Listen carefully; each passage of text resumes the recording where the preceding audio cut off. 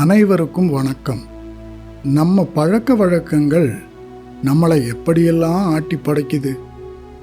என்ன ட்ரைனிங் எடுத்துக்கிட்டாலும், எப்படிப்பட்ட டெக்னிக்ஸ் யூஸ் பண்ணாலும் வெளிப்புற செயல் பழக்க வழக்கங்களை வேணா மாற்ற முடியுது.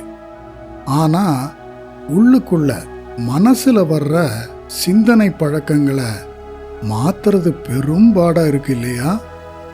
இதில் ரொம்ப இன்ட்ரெஸ்டிங்கான ஒரு பார்ட் இருக்குது.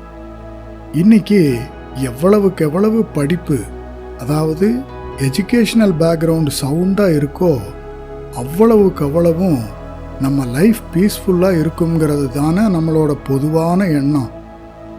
ஆனால் படிப்பு கம்மியாவோ அல்லது படிப்பறிவே இல்லாமல் இருக்கிறவங்க அதிவேகமாக முன்னேற்றம் அடைகிறாங்க.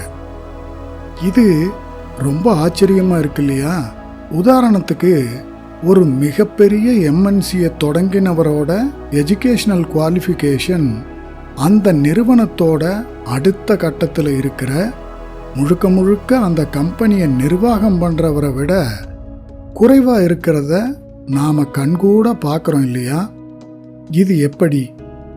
இதுக்கு பின்னால் இருக்கிற ரகசியங்கள் என்ன? அப்போது அதிகமான படிப்பு எங்கேயோ ஒரு இடத்துல நமக்கு தடையாக இருக்கா?